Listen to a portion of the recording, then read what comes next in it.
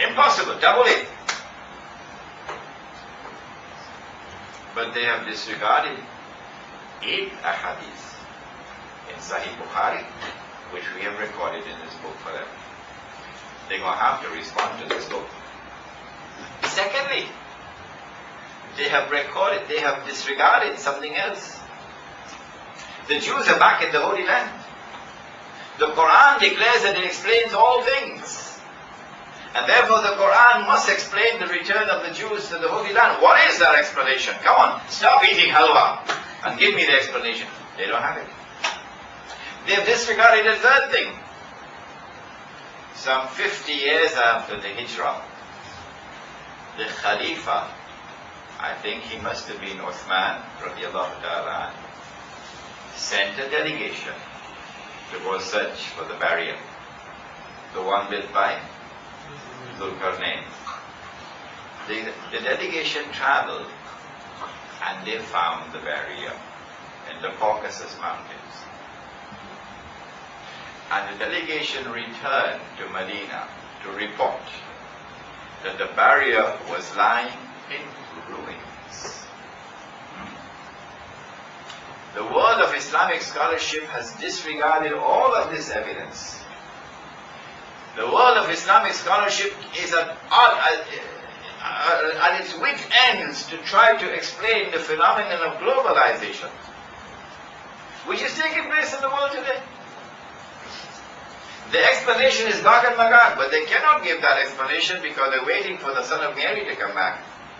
And only when the son of Mary comes back, only then will Gog and Magog be released. That's the predicament. How have I dealt with this hadith? My teacher, Maulana Fadlur Rahman Ansari, rahimahullah, he taught this important lesson. He said, do not take any hadith in isolation. No. You must try to locate it in the entire body of information that you have on a particular subject. Then try to locate the thread which binds all of these verses of this Quran, all of these hadiths into a whole. And then seek to understand this hadith. When I do that, then the understanding that I have derived, and Allah knows best, is that after the true Messiah has killed the false Messiah, it is at that time that the last wave of Gog and Magog will be released. And when they pass by the Sea of Galilee, they see it dry. So they say there used to be water here. They then pursue the true Messiah, Isa alayhi salam. And the true Messiah flees to Jerusalem. The hadith mentions Jerusalem, Baytul Maqdis. And when he reaches Jerusalem, then Allah speaks to him and says to him, go up the mountain, which is a mountain in Baytul Maqdis. When he goes up the mountain, then Gog and Magog surround the mountain. And they say, we have killed those who are on the earth. Now let us kill those who are in the heavens. And they shoot their arrows up into the sky. And Allah allows the arrows to come back down with blood on them. I can't explain that. There is a young man here or a young woman here who may be blessed with this knowledge tomorrow to understand this hadith. And you come and you stand on this platform and you teach this subject, and you then explain to the people what I am incapable of explaining now. Isa alayhi salam has the believers with him up the mountain, and they suffer terribly. Terrible suffering. One head of an ox on his wood is more valuable to them than the world and all it contains, because there's great hunger up there. Then Isa alayhi salam raises his hands and he prays to Allah to destroy Gog and Magog. If you wear in blue jeans, listen to the answer now. Allah subhanahu wa ta'ala responds to that. Chairman wearing blue jeans? No.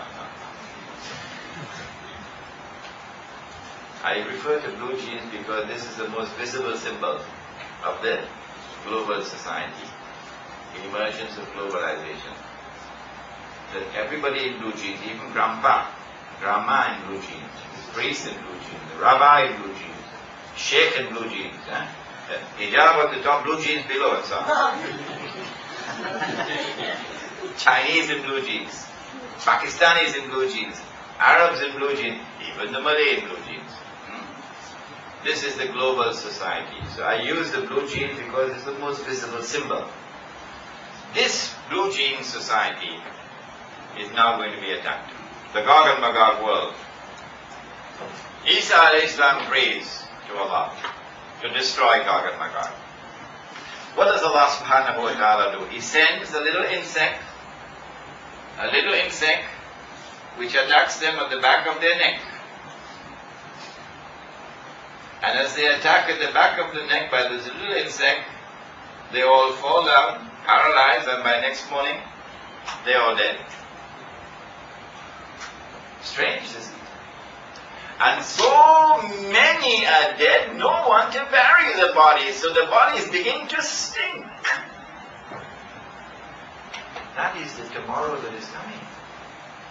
The earth filled with dead bodies. Wherever there are Gog and Magog on the face of the earth, they're going to be attacked by these insects. And they all fall down and die. I wonder why this happens. Did Allah subhanahu wa ta'ala not create a defense mechanism in the body with which the body can fight back? And at the heart of that defense mechanism, is there not an immune system? So it would look as though the immune system has collapsed. Gog and Magog's immune system have collapsed. And so a simple little insect bite and the body could not fight, could not defend itself. I wonder what causes the immune system to collapse.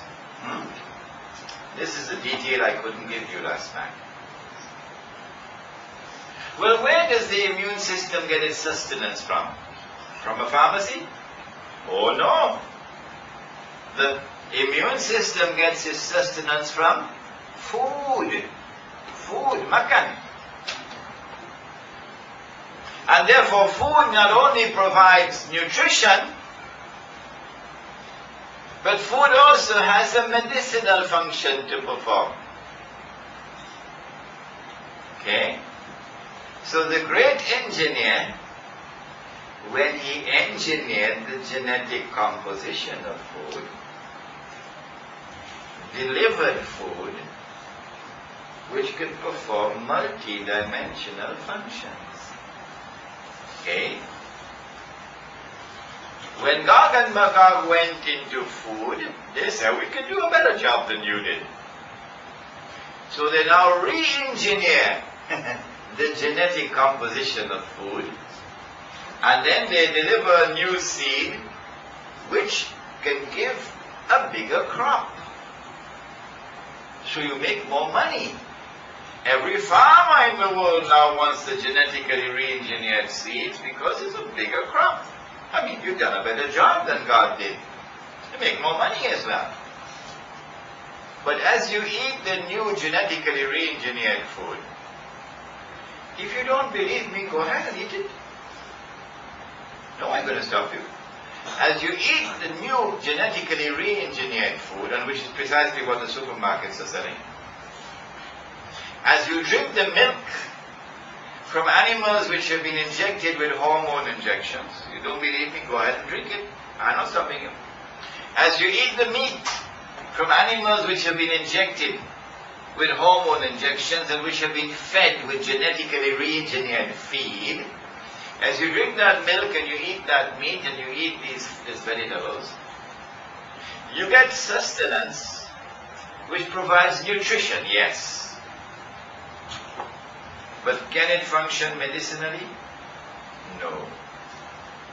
Because you have disturbed the internal composition of the food. And as you eat this food, the immune system grows weaker and weaker. Now the body can no longer fight on its own. And so the doctors have to prescribe something called look at that, you've heard about it in Singapore. Look at that. Something called antibiotics. So that the body can be assisted. The antibiotics assist the body in fighting disease. But notice that as time passes by, the doctor has to be prescribing stronger and stronger antibiotics, and you're shaking your head. So you know what I'm talking about. Until eventually the immune system has collapsed.